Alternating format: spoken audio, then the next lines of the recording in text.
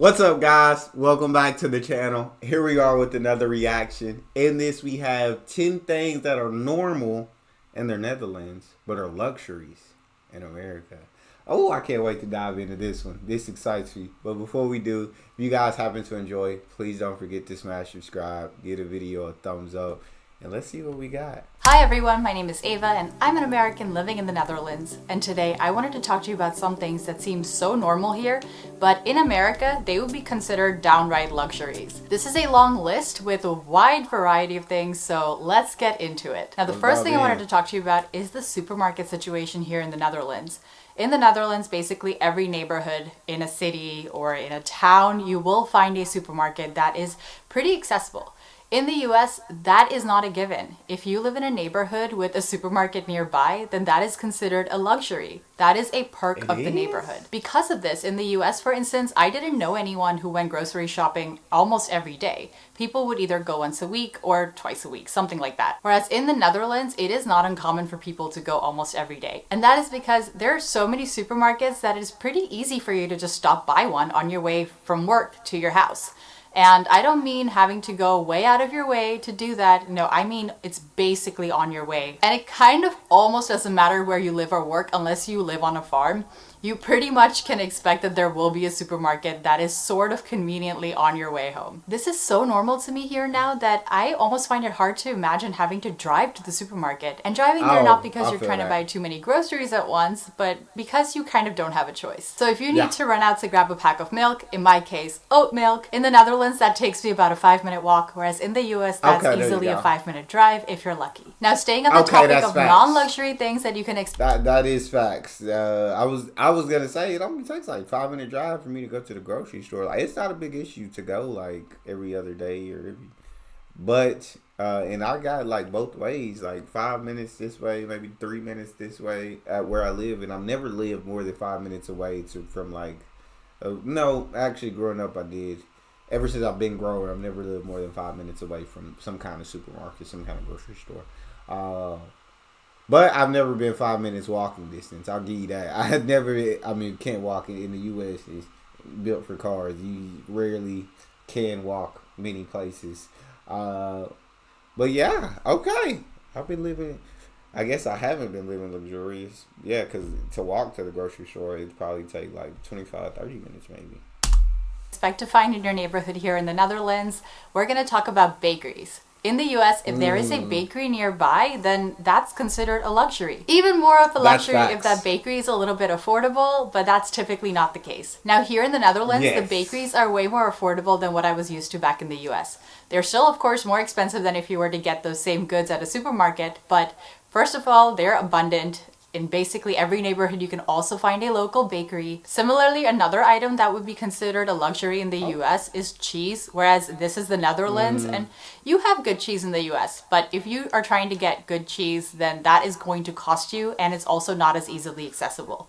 Whereas here in the Netherlands, basically in the supermarkets or just in cheese shops that you also just have, you will find cheese that is good and affordable. But in the US, you're paying, I don't know, $10 for a piece of cheese.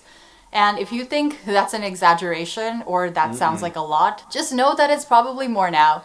Thanks, inflation. Now, the next item on the list... she's not lying. She's not lying. Bakeries are going to be expensive, and you are living luxury if you got one close to you. Ain't got no bakery. I don't think I've ever been within 5 minutes driving distance of a bakery. I don't even know where a bakery at where I'm at now. Like, and on top of them just being luxury, they're expensive, crazy. And then cheese, we got you can get cheese for cheap, but it's your standard cheese. It's nothing special. To get the good stuff, to get the good cheese, it's gonna be more pricey. So she's spot on that. List is how easily one can travel to other countries when you live in the Netherlands. Love that. And this is definitely a luxury in the US. So I want to elaborate a bit more on this topic, but first, I love traveling to other countries, and I know that you do too. So I have a great tip for you for the next time you go traveling. I want to take a moment to introduce you to the sponsor of today's video, Saily. Saily is an eSIM that's brought to you by NordVPN. Now, for those of you not familiar with the Saily app, or go to saily.com/Americano to check countries. And the first time here that someone told me that they went to Paris for the weekend, my jaw literally dropped to the floor. What do you mean Paris for the weekend? Who does that? I thought this person was super fancy schmancy. So I went home and told my Dutch wife, then girlfriend, about this, because it was a couple of years ago. And she was like, honey, how do I break this to you? Paris is like 4 hours away on the train. It is not that unusual for someone to go to Paris on the weekend. If you are Dutch or even European and watching this, I don't think you understand what kind of a flex this is in America to say that you went to Paris, a whole other country, for the weekend. We don't do that in America. We can't. Okay, but cut to present day, and now where I work, I even have coworkers who come from Belgium because that's where they live and they work in the Netherlands like I do. And that is becoming less and less unusual for me. And now that I've lived here a couple of years, I have also taken advantage of this fact that you can travel easily between the Netherlands and other neighboring countries. So just this year, I went to Paris twice, also for like a long weekend. So yeah, if I feel like a Parisian croissant one of these days, I will just get myself on that train and go to Paris and get myself a croissant. Or croissant. I don't know why I said that. I don't actually speak French, so I don't know if that was correct. But I try. Okay, now let's talk about a few. See, that right there is absolutely amazing, and that is absolutely a huge flex. Just in the terms of you get to experience so many different types of food, so many different types of culture. Like, you get so many different places. Like, it's really cool to be able to travel to another country and it be so affordable and so easy. So easy, so accessible. All these other countries so accessible. Yeah, we don't have, although the United States is huge. United States is huge. Going to a different state, it may be a little different, but it's not like you're experiencing, oh, we're opening to an entirely new culture. We're opening up to entirely new foods. No. It's similar culture. Maybe north and south may be different. There may be a certain amount of states, north, certain amount of states that are pretty different. But it's not. It's country to country. Although in Europe, they're much smaller countries. It's very different cultures, different foods. It's different vibes. Like, that's absolutely a flex.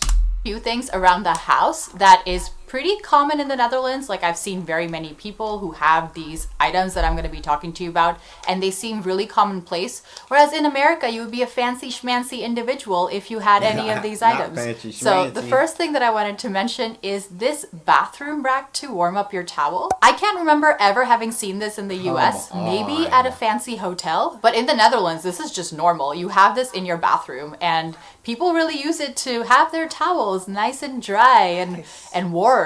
So that was surprising to me when I moved here. And this other item are these windows that you can open here sort of halfway. So you kind of can open them all the way, but you can also like adjust them to a setting that you can open them sort of halfway to like air out the room, because airing out your room for een beetje frisse lucht is so important to Dutch people. So imagine if they didn't have windows that allowed you to do that.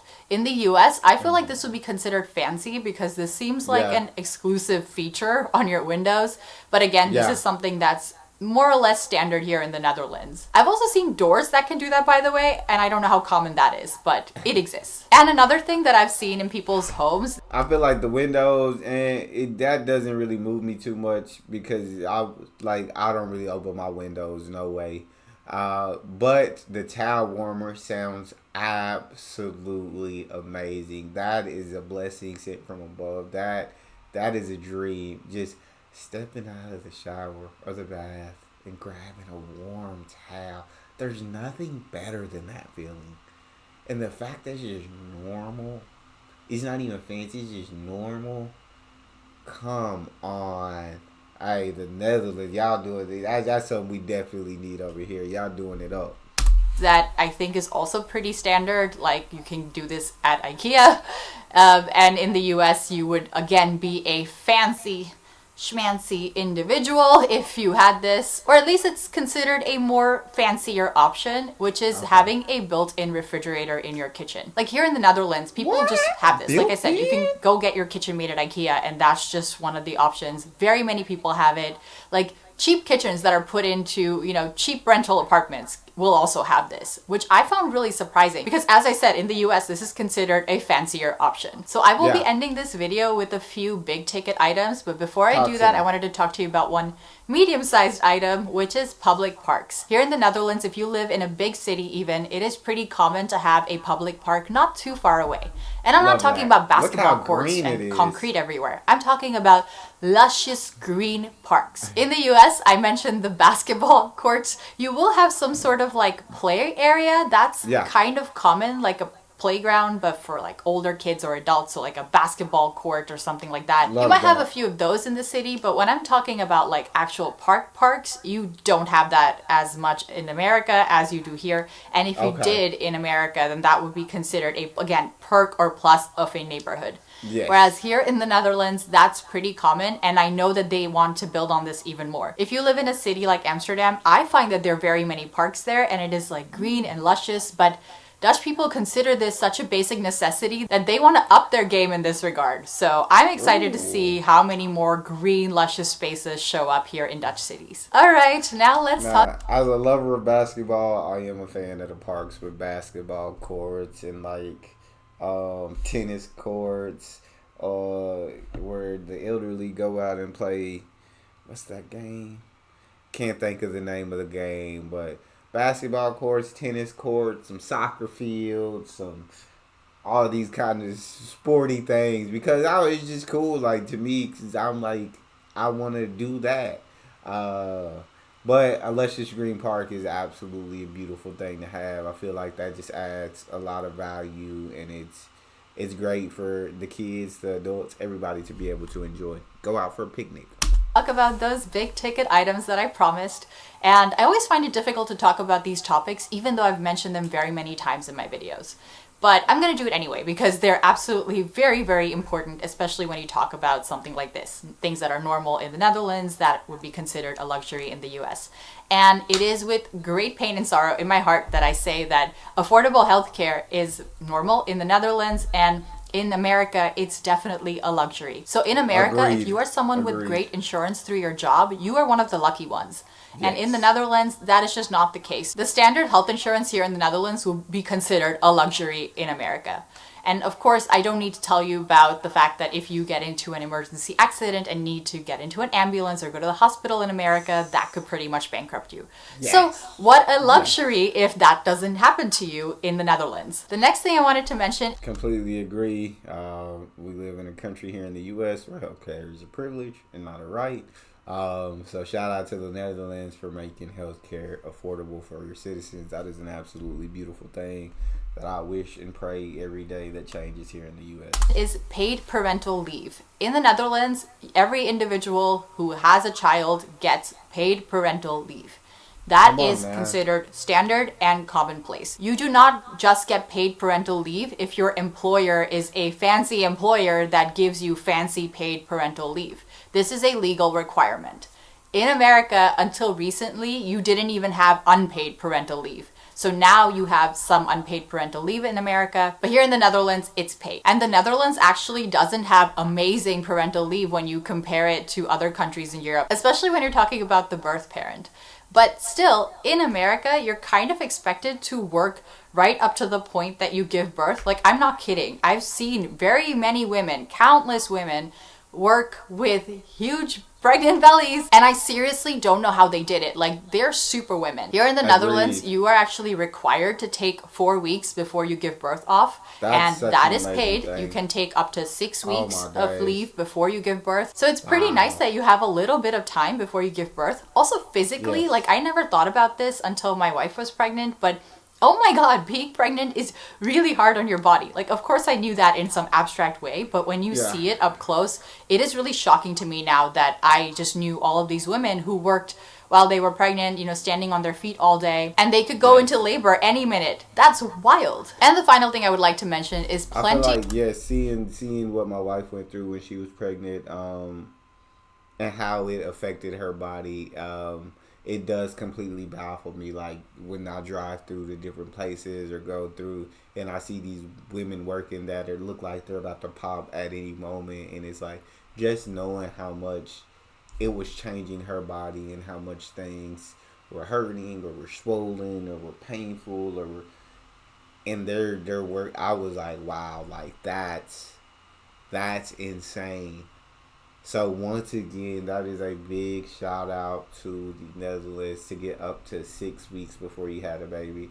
Paid leave off is absolutely amazing, and I think that brings you like loyalty from like your employees because it's like you're showing that you care about them. And I don't know if it's like actual like mandated. So if it's mandated, then I guess you ain't have a choice anyway. But if you're giving them that time off, it shows that you care, and that you care about their health, and that you care about for them having a healthy pregnancy and everything. But it's like you just can't afford to here, and so it's very difficult.